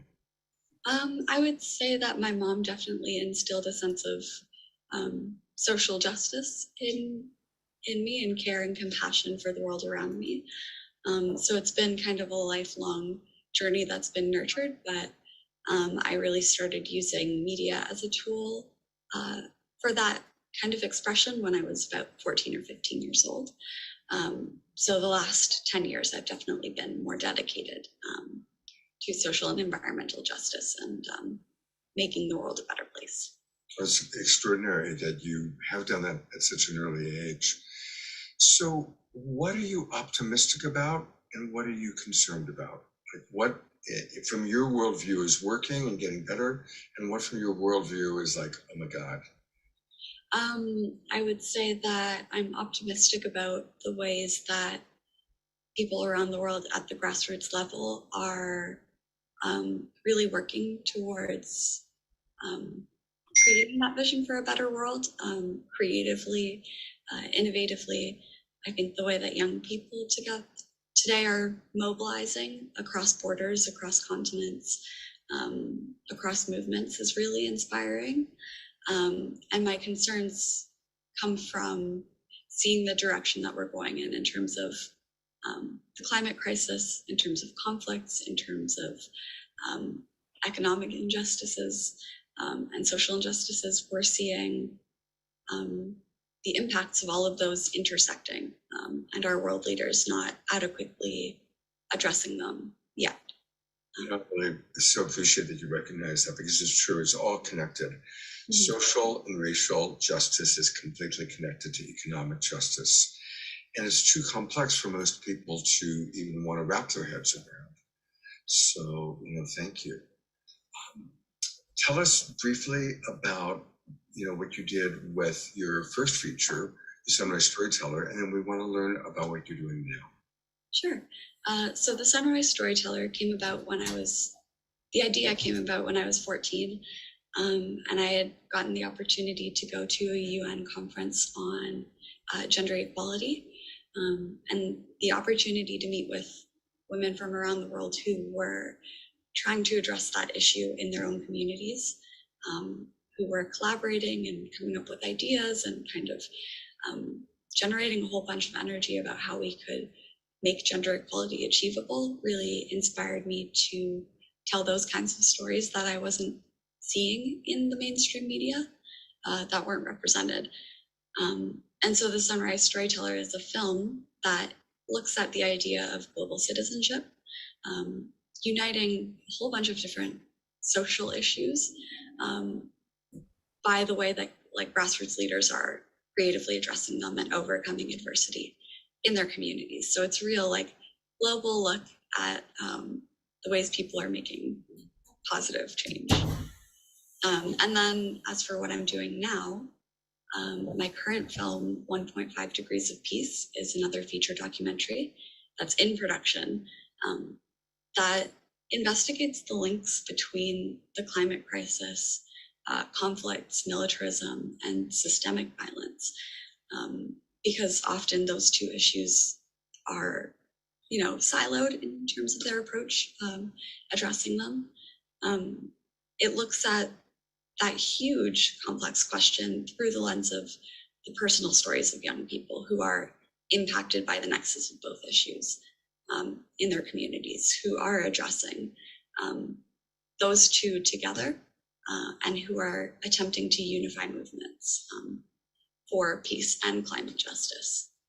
So that's so important. I'm actually going to go to your website for a moment here. And this is the website for 1.5 Degrees of Peace. You can find everybody at point is spelled, 1.5degreesofpeace.com. And what does 1.5 degrees actually mean? What is the meaning of that within the naming of this? Sure. So the 1.5 element of the title comes from the limit for internal warming. So if we are to cap our internal warming at 1.5 degrees, at 1.5 degrees, we could prevent a whole bunch of catastrophic changes. After we surpass 1.5 degrees, the climatic disasters that are going to continue to just snowball and worsen is almost impossible to control or limit. We have to stay within kind of that safe zone if we're to prevent the worst possible outcomes. So when I think of 1.5 degrees of peace, it involves factoring in peace, disarmament, and mitigating conflict to achieving climate justice. You can't separate the two from one another. So 1.5 degrees of peace will secure a future that is peaceful, healthy, and sustainable. Beautiful, thank you. So again, I want to encourage everybody to go to her website, register so that you have, she has your email address and you can donate. And it's so important for us to support projects like this. And so please let's donate. US or Canadian, tax deductible, we appreciate that. And I'm going to show this 12-minute trailer next. Of course, you won't be with us. So do you want to introduce what we're about to see? Sure. So the demo that is on the website for 1.5 Degrees of Peace was just our first, I guess when I came up with the concept for the film, I really wanted to get people talking about the intersection between peace and climate justice. So I made this 5-minute trailer that kind of talks about what the thesis of the film will be, so that we can get that conversation started. And that's really the first step to engaging people in these two issues together, is having that conversation, opening their minds, and gaining that insight so that we can feel compelled to take action all together. So the trailer for 1.5 Degrees of Peace is that first step for us before the film actually comes out. Beautiful. Well, we're going to show it right now. Kasha, thank you so much. Thank you for your time, but most of all, thank you for your commitment. We were talking before we started recording about how difficult it is to make a movie, and how difficult it is then to get it distributed. So God bless you for doing that hero's work.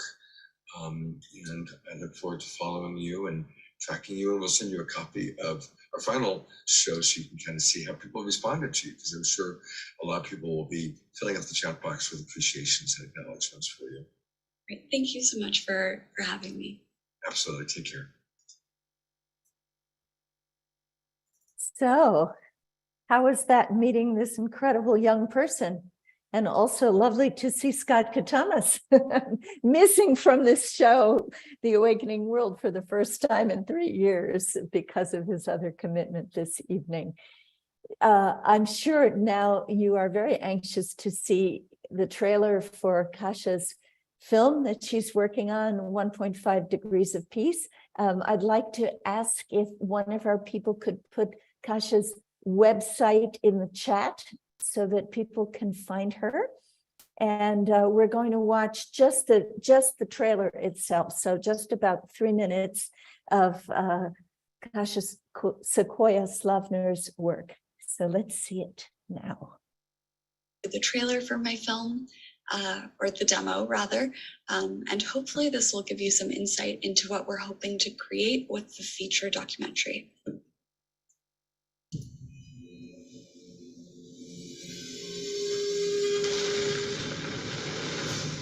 Peace and climate justice are more connected than we realize. I'm Kasha Sequoia Slavner. I'm a Gen Z documentary filmmaker and a peace and climate activist from Toronto, Canada. I've been feeling so much anxiety about climate change. Uncertain, frustrated. People are making decisions for our generation without taking our future realities into consideration. Code Red for Humanity, released today by the United Nations, paints a grim picture for our future unless we take action now. I'm on a mission to show just how closely connected peace and climate justice are. Wars, a lot of militarization are taking away budgets, but are also putting a lot of carbon emissions in the air. Through stories of youth making positive change. Those who are already exposed to violence and war are those who are also most vulnerable to the extreme weather events.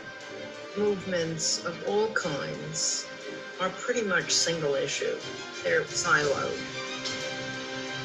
Climate change and nuclear weapons, we have to deal with them together. And stop both clocks ticking towards our extinction.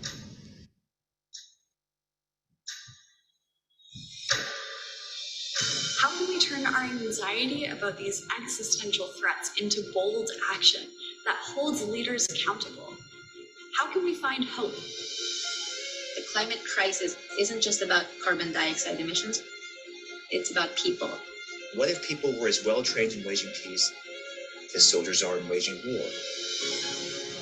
We need a peace movement to accommodate everyone because everyone's life is at stake. A community led by the most marginalized sectors of society, fueled by this love for peace, and love for the planet. Take small steps, baby steps. The ripple effect will be very dramatic. Each one of us is powerful beyond measure. It's my hope that these stories of courageous action ease our personal and collective anxiety, igniting us to stand together and catalyzing a unified intergenerational peace movement for the survival of our planet and all living beings. Unless we do something, we're in deep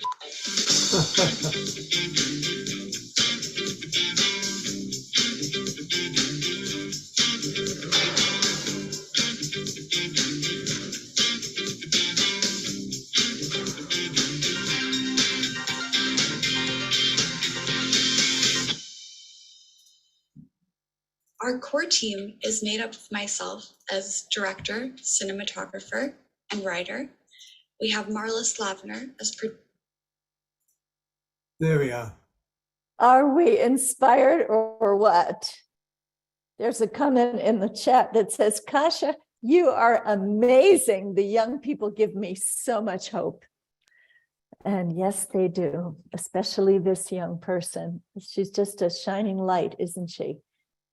So I really want to encourage, especially if the trailer was small on your screen, go to her website and watch it large. So her website is www.1.5degreesofpeace.com. And the 1 is a number, point is a word, 5 is a number, degrees is a word. So it's 1.5 degrees of peace.com. And keep track of Kasia Sequoia Slavner. She's a star of the future. I think the only thing we could do tonight to close the show, besides thank all of our incredible presenters, these beautiful evolutionary leaders who have so much vision and so much, I just think of the work that it takes, as Scott was saying, it's so much work to make a film. It's so much work to write a book. And our authors this evening, they didn't just sit home and write a book and that was all they were doing. They were out in the world living these issues and contributing in every way that they can. So I really want to thank our authors who presented this evening, Laura George, Will Keepin and Cynthia Bricks, and Bob Atkinson. So it was a joy to have all of you with us on the Awakening World this evening, in addition to our musicians, to Lakshmi and Omashar. And now we're going to hear from Dr. Reverend Ivy Hilton, the most amazing sound healer. And here you're looking at Laura George and Bob Atkinson, and we know Will and Cynthia had to go on, but you were all just wonderful, and you got very beautiful acknowledgements in the chat as well. And we know that you're being watched this evening, not only in the Zoom room, but on all of the Facebook pages that are part of the Sign Network. Through the courtesy of John and Summer Raymer. We also want to thank Scott Katamas and Deborah Giusti, who created this program. For Scott, for giving us this opportunity to be together this evening. To Trish and Omashar and Priscilla behind the scenes, who helped make this happen by co-hosting it. Yes, thank you for putting up with the technical glitches, but hey, I like egg on my face, it's all good. And Lakshmi had to leave and she sends her love, and she had another engagement to go to, so that was wonderful hearing her contribution tonight also. And all of you who stayed on to the very end are in for a treat now, because we're going to bring on Dr. Mama Ivy. She is a holistic integrative health practitioner specializing in contemplative interventions for wholeness and well-being. Isn't that perfect to follow Bob Atkinson's talk on his book on wholeness?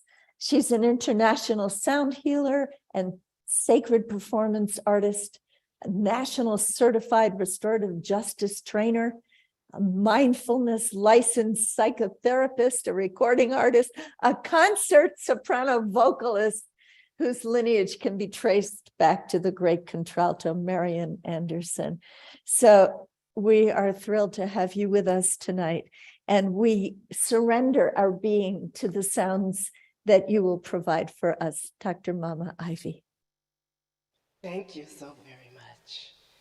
We want to invite you into this space of the song that I call Let There Be Light.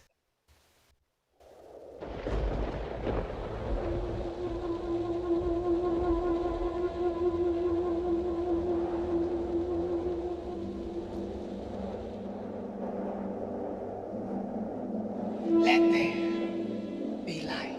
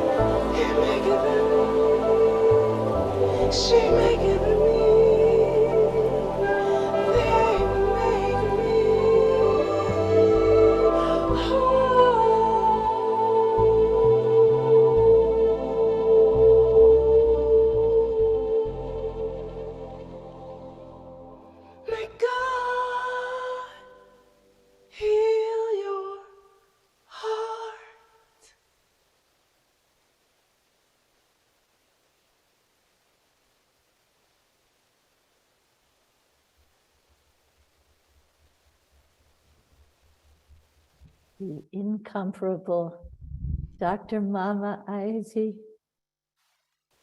Can't you just feel the blessing coming through the Zoom waves into all of our hearts?